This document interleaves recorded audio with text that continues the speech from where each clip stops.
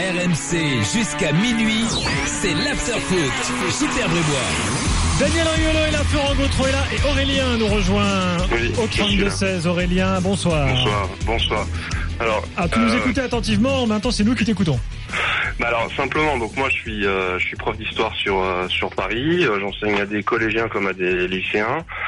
Et par rapport à votre débat sur la Marseillaise, il y a souvent un argument qui est mis en avant par les gens qui s'opposent à ce chant comme étant dit un chant guerrier, en citant toujours ce passage qui est un sang impur où les gens en fait si tu peux expliquer ce que c'est laisse-moi finir, dénonce la Marseillaise en disant qu'elle est un chant qui accuse les autres qui ne sont pas français, en tout cas les ennemis des Français, qu'ils aient un sang impur, et qu'en plus de ça, c'est un encouragement à ce qu'ils abreuvent nos sillons, donc à ce qu'ils abreuvent la terre qui est à nos pieds, qu'on abreuve la terre, qu'on foule du sang de nos ennemis, qui serait donc un sang impur.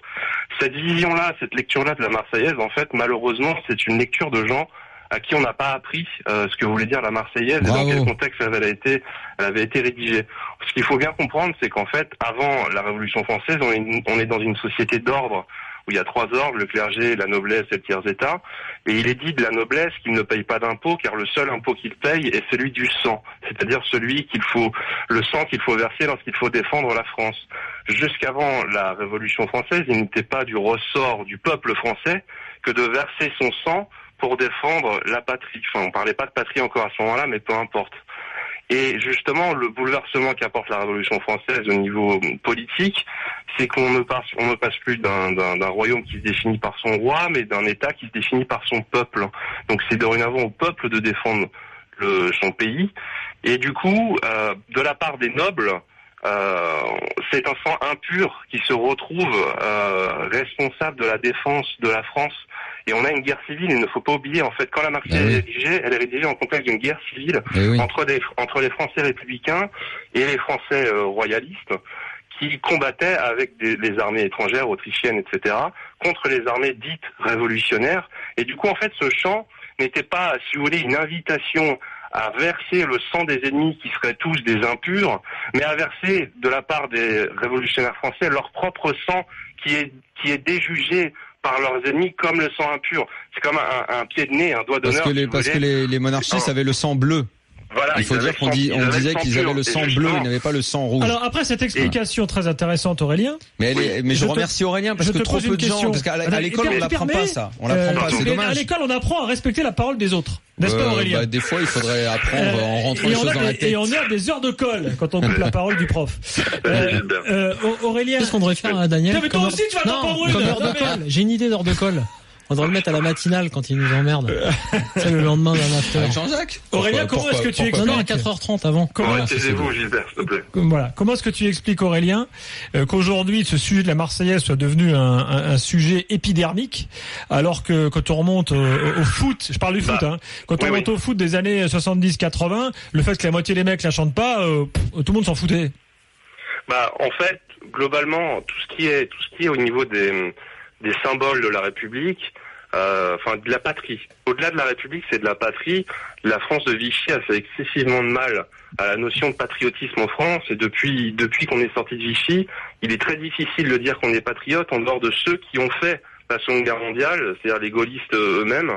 Et après ça, il a été très difficile de basculer sur une politisation, on va dire, de tout ça, une explication de tous ces symboles. Aurélien, n'oublie pas l'héritage 68ard et les gens d'extrême gauche qui préconisaient l'international plutôt que la Marseillaise. Sachant que les 68ards ont beaucoup dominé dans l'enseignement public et parmi mes confrères journalistes, l'idée de Marseillaise et de patriotisme a été foulée aux pieds. Par exemple, tout ce qui est, si vous voulez, historien des années 70-80. Et la sociologie, on n'en parle même pas. En fait. On est rempli d'historiens communistes. Évidemment. Qui ont une vision, en fait. Alors, moi, je suis pas patriote ou quoi que ce soit. C'est pas du tout mon avis. Enfin, je décris simplement ce qu'on appelle l'historiographie. Ce qu'on appelle l'historiographie. Comment est-ce que les hommes écrivent l'histoire? Et on a des historiens qui haïssent profondément le patriotisme et qui veulent, et en plus de ça, on a à la fois les communistes qui veulent une union de tous les hommes, le principe de l'international simplement, et on a à la fois aussi plus tard les Européens les pro-Europe qui veulent faire disparaître tout ce qui pourrait rappeler le nationalisme, les particularités propres à chaque nation, gommer ça dans un projet idéal, que je critique pas, d'une Europe où enfin les nations qui ont donné naissance à la première et à la Seconde Guerre mondiale disparaîtraient au profit d'une cohésion commune. Alors oui, mais c'est Daniel qui m'envoie sur un autre sujet, excuse-moi. Mais le sujet est important parce qu'il explique pourquoi aujourd'hui on a eu ces choses-là. Qu'est-ce qu'il fait avec Luis Fernandez à l'époque, on s'en foutait, c'est ça ta question? Ouais, Luis, je sais pas s'il l'a chanté ou pas, mais Platini par exemple la chantait pas et d'autres la chantaient pas. Mais moi je peux te répondre à ça. Et ça faisait pas débat comme aujourd'hui. Mais je peux te répondre à ça. Moi, mon avis, c'est qu'aujourd'hui on est dans une crise. Alors, les gens ont toujours du mal avec ça, mais on est face à une crise identitaire. Exactement. Parce que dans le fait qu'on a, sur quoi s'est construite la Révolution française? Sur le concept d'État-nation. Puisqu'il s'agissait de ne plus dire que ce qui faisait que la France, c'était le roi, il a fallu redéfinir ce qu'était la France. Et on a redéfini la France à partir de 1789 à travers à travers le concept de nation. Le problème, c'est que avec le nationalisme, depuis, après la Seconde Guerre mondiale, on a progressivement détruit ce que pouvait être la fierté de la nation et qu'est-ce que la nation. Et c'est vrai qu'aujourd'hui les gens peuvent tous se poser, et ça apparaît à la télévision à chaque fois les débats, mais dites-moi qu'est-ce que la nation, qu'est-ce que ça veut dire que le peuple, etc. Alors qu'en 1789 c'était une évidence. Et aujourd'hui ça ne l'est plus. Le problème c'est que notre République est fondée intrinsèquement sur le concept de nation. Je ne dis pas que le concept de nation de 1789 doit être le nôtre aujourd'hui, peut-être qu'il faut le redéfinir, mais le fait est qu'avec le temps, en fait, moi c'est comme ça que je le vois, il y a une crispation à travers ce qu'on appelle la crise identitaire, mais en fait à travers ce qu'est le concept de nation. On ne peut pas reprocher aux gens de réfléchir sur la notion de nation aujourd'hui, qu'est-ce que le peuple français, simplement poser la question et leur dire mais vous êtes des fachos à vous poser la question, voilà. Quand le problème est que la République française a été construite sur l'idée d'État-nation. C'est intrinsèque à l'identité, mais même de la République allemande telle qu'elle a été fondée en 1870 par les Prussiens qui affirmaient le fait qu'ils étaient le peuple allemand. Aurélien. Ça ne veut pas dire qu'il faut pas changer, mais c'est plus compliqué que tout ça. Pardon. Je précise à Momar sur Twitter que tu n'es pas Michel Onfray, tu es bien Aurélien. Ah non, pas du tout. Il l'est pas du tout. Là. Non, mais pas du tout. En tout cas, moi, Aurélien, je te remercie vraiment, mais du fond du cœur pour toutes tes explications qui, j'espère, sont entendues par ceux qui nous écoutent. Et je partage tellement ton point de vue. Après, les gens peuvent peuvent avoir leur avis, mais il faut pas blâmer simplement des réalités géopolitiques et ensuite les gens qui se questionnent simplement. Après, on a le droit d'être en désaccord tous les uns avec les autres sur les réponses qu'on y apporte.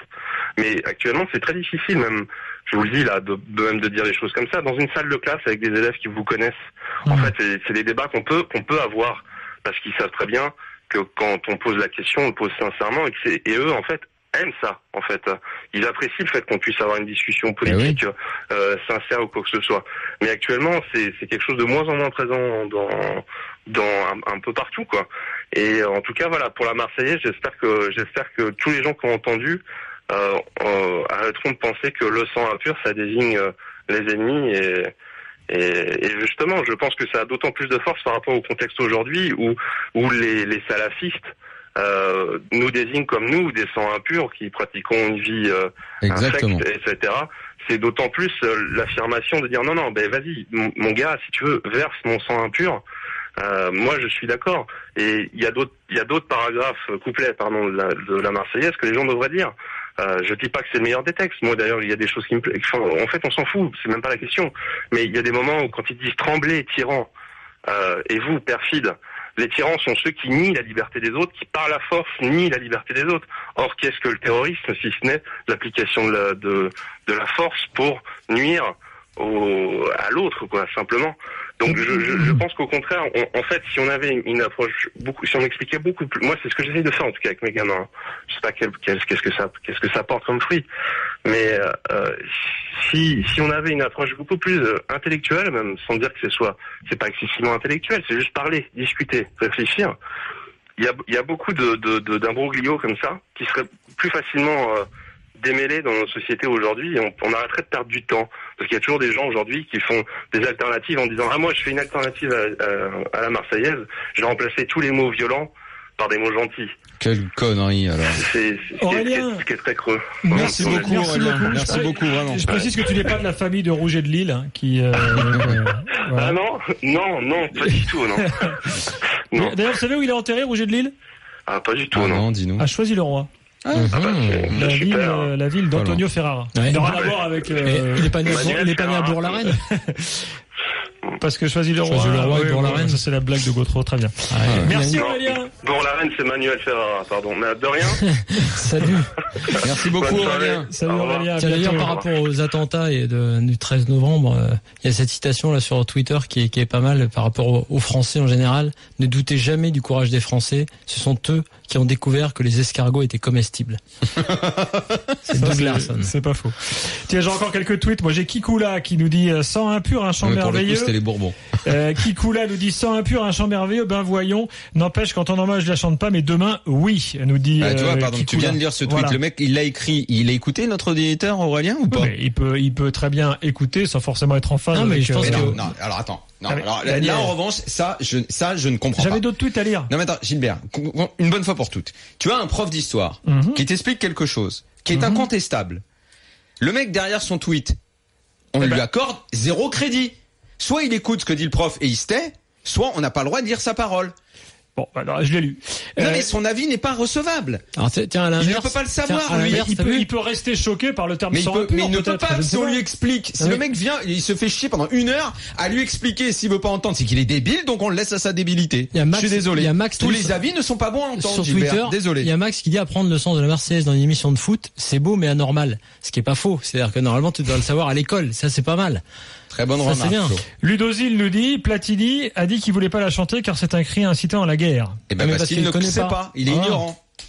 Mais tu sais, le nombre de joueurs de foot de cette époque-là, qui effectivement m'ont tenu ces propos, et puis quand je leur expliquais ce qu'Aurélien m'a expliqué, ils me disaient, ah oui, mais ça, pourquoi personne nous l'a jamais dit? Et là, t'es comme ça, mais, alors t'essayes de te souvenir, alors à toi, à quel moment à l'école on te l'a appris? Eh ben non, je me souviens qu'à l'école on l'a pas appris. C'est à la fac, c'est plus tard, c'est en lisant. C'est dans toutes les écoles on l'apprend en école primaire. Non, mais ce Pas qu'il y a sur le le sang impur, pas c'est tout si ça, malin. on n'explique pas ça. Tu sais, s'il y a du débat. On reste avec cette idée qui est sortie en plus de gens provenant de l'extrême gauche que c'est le sang machin, voilà. Tu vois, s'il y avait il y a une histoire en Allemagne qui existe. Moi, je me souviens quand t'arrivais à l'école, il y avait une sorte de truc d'actualité. Il y avait deux choses qui étaient très intéressantes. Et quand tu parlais de l'actualité, par exemple, tu disais tiens, mes parents ils m'ont dit, par exemple, je te prends un exemple, t'aurais dit tiens, mes parents ils me disent que il y a des paroles guerrières dans la Marseillaise et c'est pour ça qu'ils veulent pas qu'on la chante. Là, boum, le prof fait son boulot et explique effectivement la réalité. Ça, c'est un exemple.